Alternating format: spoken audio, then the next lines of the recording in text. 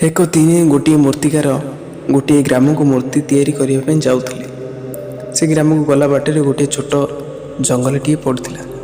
तो से जंगल प्रवेश कलापर मूर्तिकार गोटे पत्थर को देखिले। मूर्तिकार लोक तो आप जानते टे भाविहल आर्टिस्ट टाइप लोक से आखिरे जोटा पड़ा से मूर्ति बनवाक लगती। तो मूर्तिकार देखिले बड़ पत्थरटी अच्छी।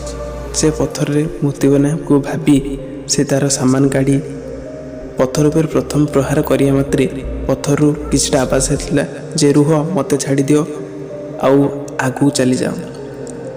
यह शुणी प्रथमे तो मूर्तिकार टिके डरी गले। जंगल कौन आवाज शुभुची आउ टिके भाविहल जेहेतु थे से पत्थरटी को सेठी छाड़ी दे आउ किछि दूर आगू चलीगला।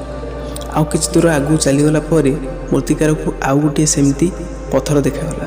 तो मूर्तिकार आउ थे मूर्ति बनवा आशारे इच्छारे से सामान सब काढ़ी पत्थर को प्रहार करने को लगिले।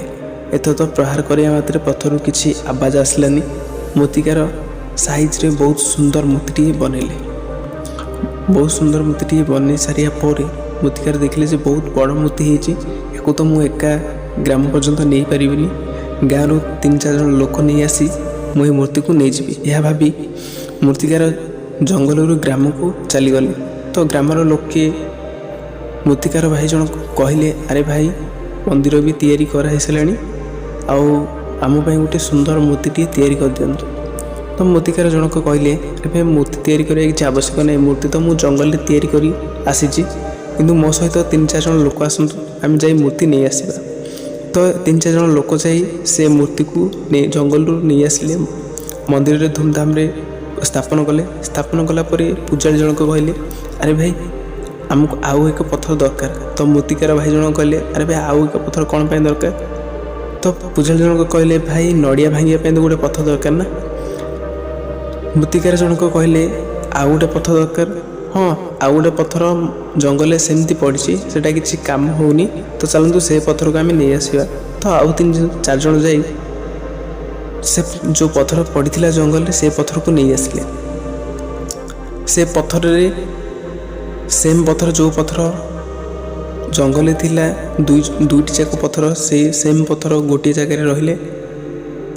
किंतु दुर्भाग्यर कथा गोटे पत्थर को फूल चंदन कर्पूर दे पूजा कराउथिला आउ गोटे पत्थर उपरे नड़िया भांगा होथिला। तो जो पत्थर उपरे नड़िया भांगा होथिला से पत्थर जो पत्थर को पूजा कराउथिला फूल चंदन कर्पूर दे से पत्थर को पचारला अरे भाई तू तो पत्थर मु भी से पत्थर किंतु तोते कहीं फूल चंदन दे कर्पूर दे पूजा करछंती मो उपरे कहीं नड़िया भांगुछंती।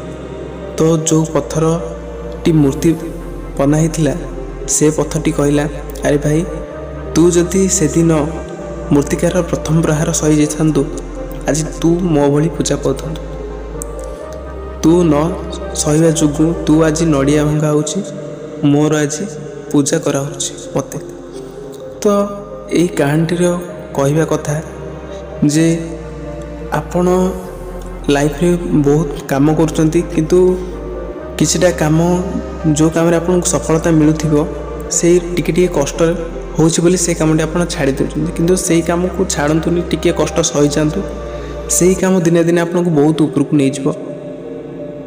आउ जदि यूट्यूब रे आम चैनल को आप नुआ देखुछंती आम चैनल को सब्सक्राइब करंतु पाखरे तो नोटिफिकेशन आइकन को प्रेस करंतु आगु एही भली नुआ नुआ मोटिवेशनल वीडियो देखिया पे रहउची। नमस्कार।